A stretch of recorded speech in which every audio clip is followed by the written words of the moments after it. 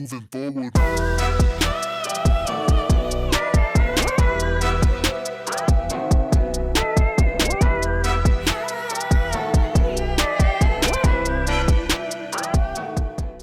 Right now, a future president could be running as a local candidate on your ballot. This person is vying to represent you, your family, and your community. Do you know what they are and what they stand for? Vote411.org is your tool for accurate and unbiased, up-to-the-minute election information on the candidates running in local races. Just enter your address to get started. Your vote is your power, the power to decide who represents you in 2022 and beyond. Get online, get the facts, and make your voice heard on Election Day.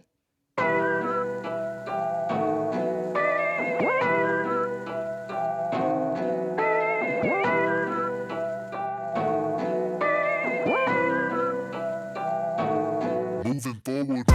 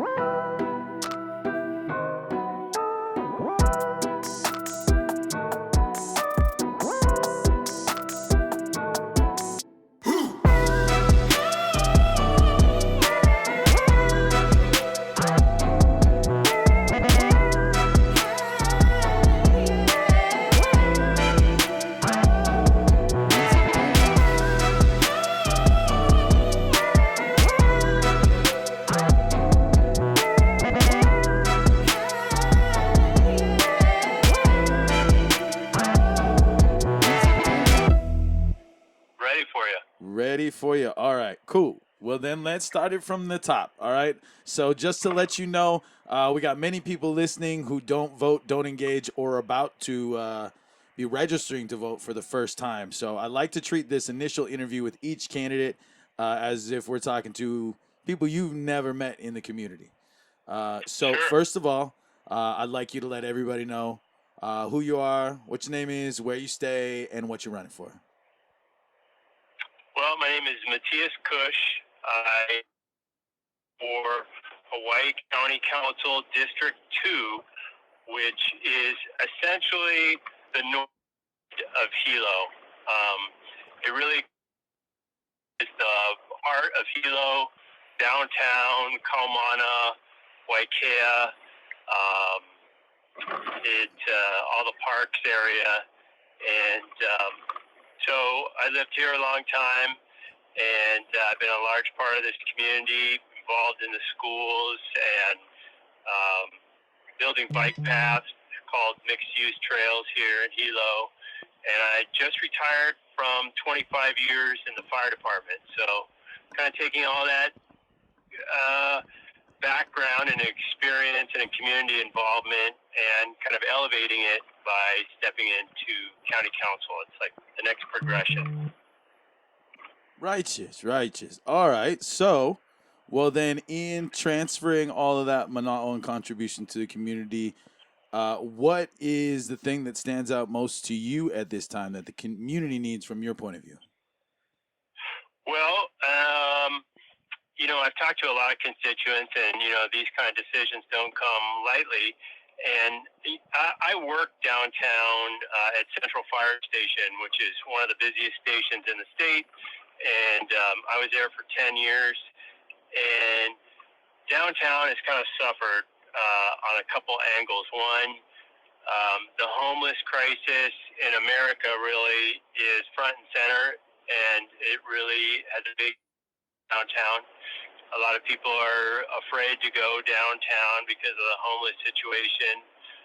And so that has an impact on our economy, our merchants, jobs. And so I hope to have an impact. And there's some great programs out there that we've already done here in Hawaii County, but for funding reasons or lack of will have kind of withered on the vine or have stopped altogether. So there's that one side is addressing the homeless issue with dignity and compassion. Working with those folks for 10 years, really. Like, I know a lot of the homeless people's names. I even know some of the what we call our frequent flyers, their birthdays. So I know those people, and I want to address that. The other side of the equation for downtown is making it. Government has a really pivotal role in making downtown attractive for merchants, and more importantly, for our residents and visitors alike to come and visit.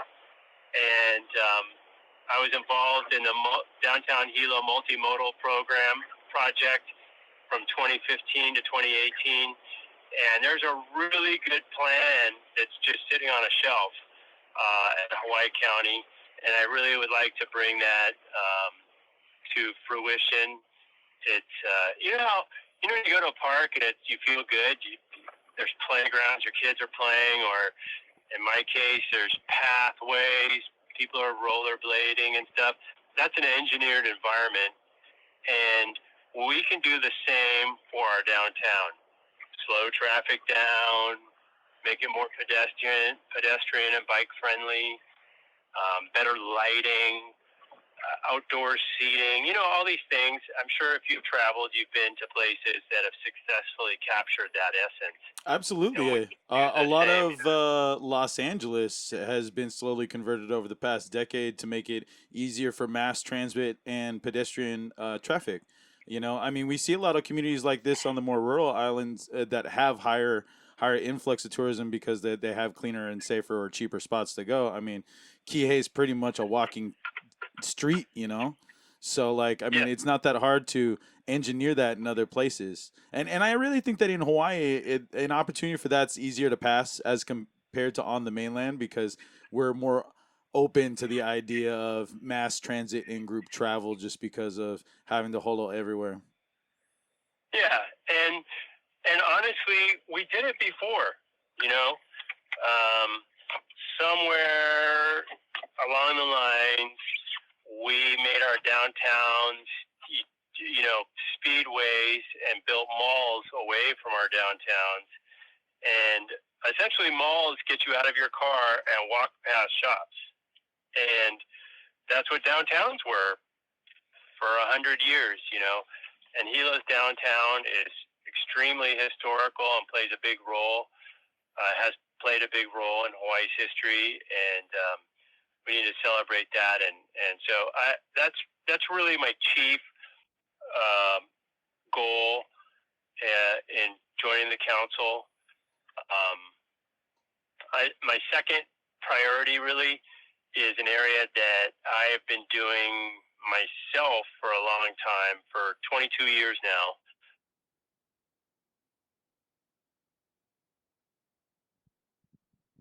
Hello? I think we lost you. I'm going to keep recording. Hello? Are you still there? I am. Can you hear me? There we go. I lost you at 22 years. So if you could scale back to that point, I can snip the audio forward from there whenever you want to start back up. Yeah, so for the last 22 years, I have been building affordable rentals and rehabbing homes, building homes. So, and that's really my jam. I have a company, Smart Growth LLC, and we make good homes for good people. And I've really focused on the affordable rental zone. And that's an area that there is a lot of things that the government is doing right now that inhibits that. And we need to incentivize it. Everybody talks about affordable homes in Hawaii. Every politician, that's the top of their list. But I've been doing it. I've been putting in my own personal capital up and risk time and time and time again. And I really understand that issue, and I know where some of the pinch points are that we can relieve some stressors to that from the government side of things, of course. So those two issues are my top two. The next are infrastructure and kind of government transparency. And I don't know if you want me to get into it or not. I can. Actually, transparency is a huge thing that's on not only our our listeners' minds, but I mean, a lot of the crowds that we're dipping into to start conversations in and expanding into, that's like one of the biggest conversations. I mean, it finally hit as a conversation 6 years ago on the mainland, but as we know, things kind of slide slowly and phase over to Hawaii as far as like Sure. politics, information, and news and stuff like that. So Hawaii is just finally getting hip to the fact that we don't need like 1980s cronyism in politics anymore. Because like Hmm. I'm totally cool with like the should I say, more egalitarian aspects of the good old boy system. But when the good Hmm. old boys start playing good, then crony politics occurs, you know, bro? I do. I do exactly. You know, a lot of people ask me why I am like my friends are like, why are you running? Because I've been fortunate in life to, I'm a prodigious saver. My background's in finance, and so I'm doing okay in life, and I definitely don't need a job right now.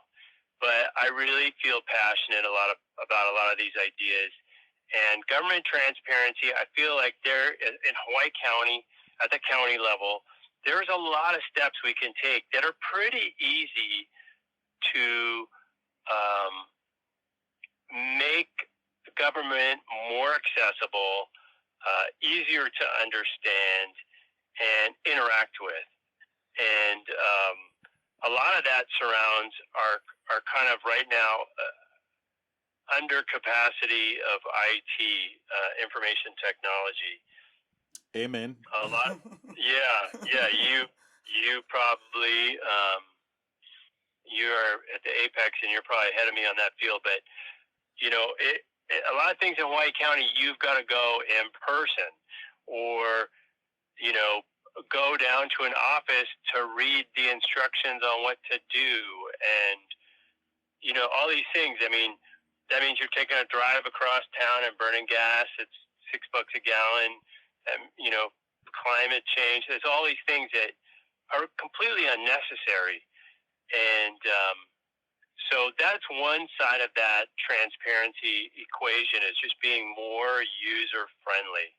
Online options, recurring billing options, all these really basic things that you can do with any number of entities. But the government, Hawaii County, really needs to step that up.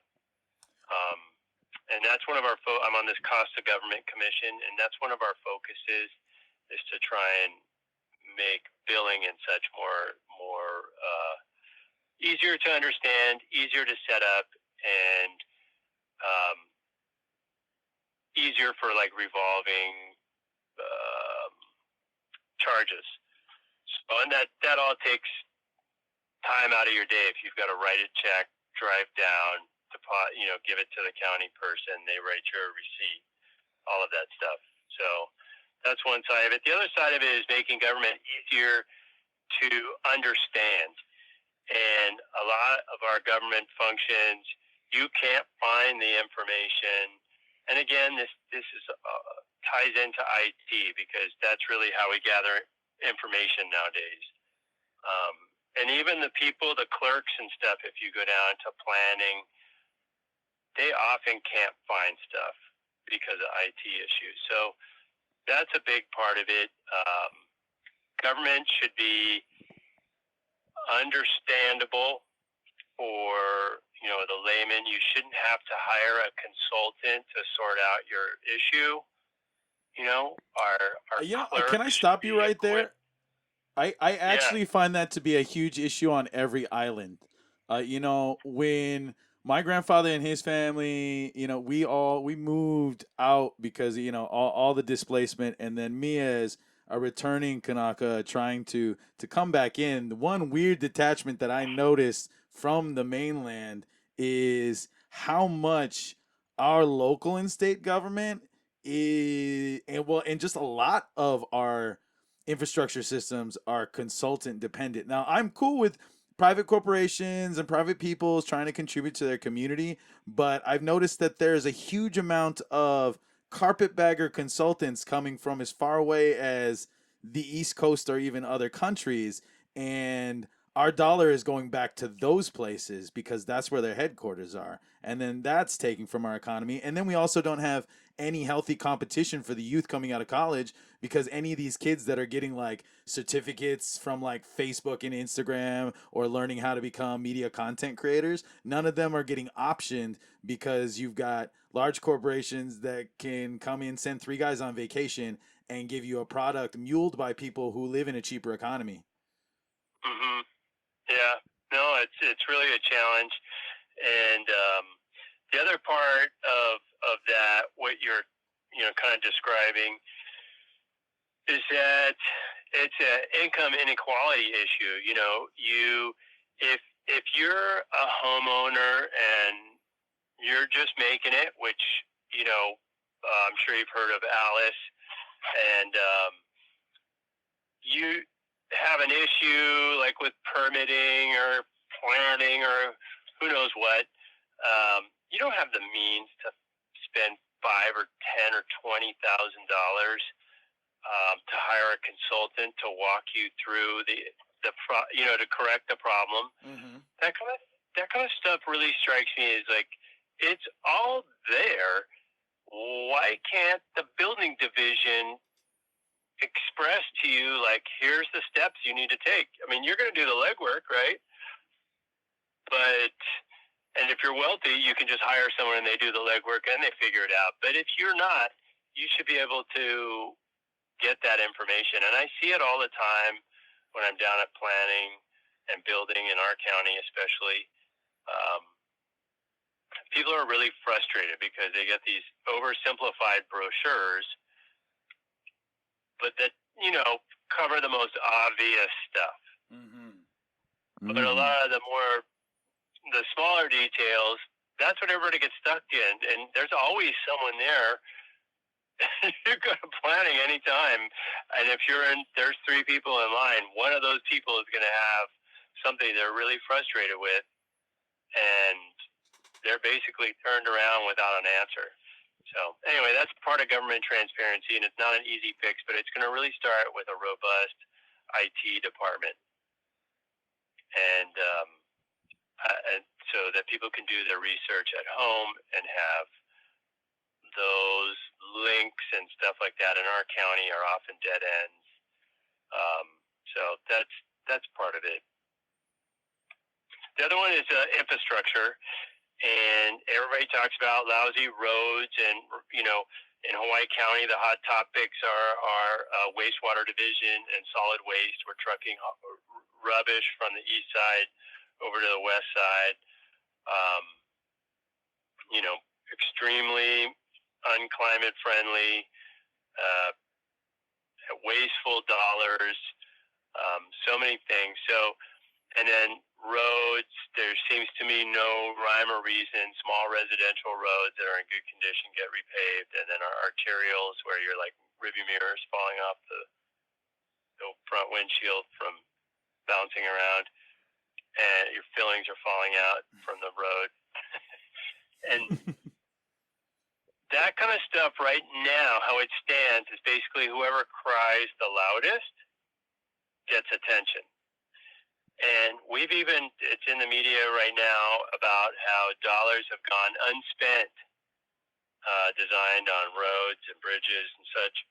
And I use the example or the analogy that the trucking company doesn't wait till their tires blow out on the side of the highway to fix them. But that's essentially what Hawaii County does.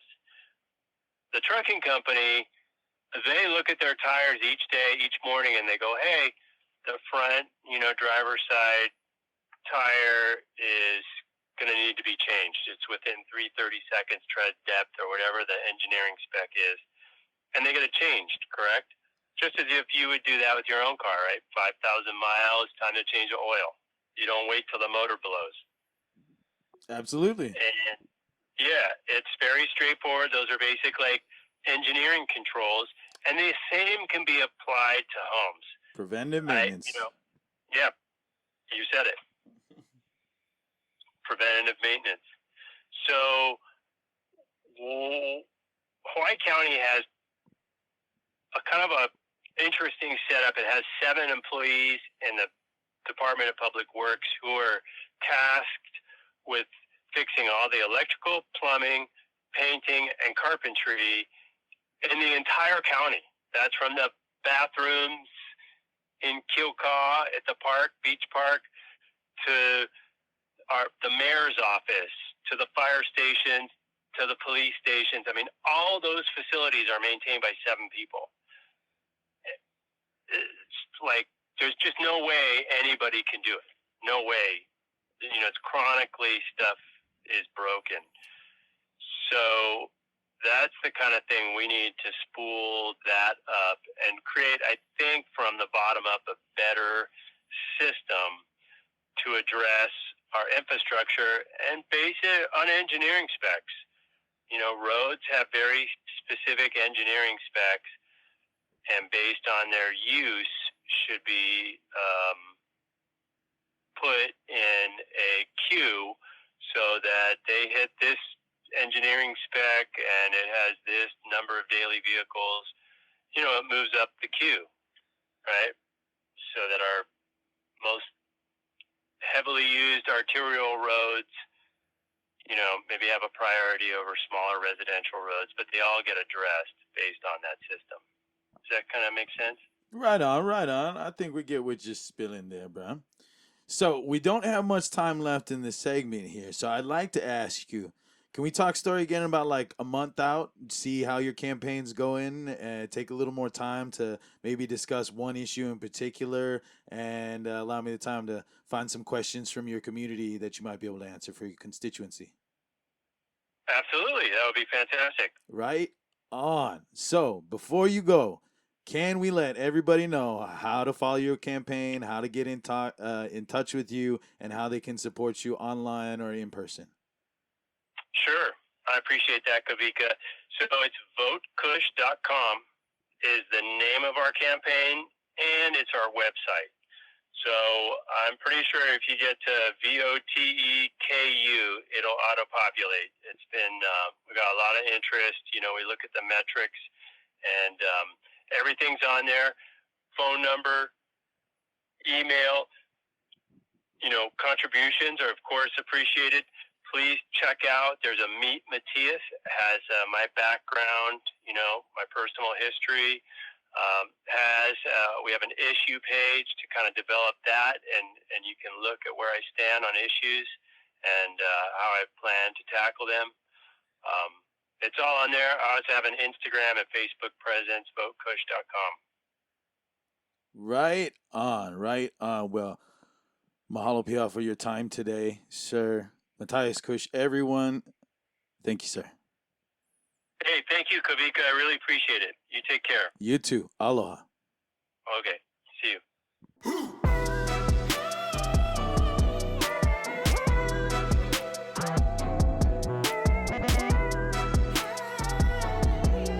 Rabbit Holes is a Manava Cow production.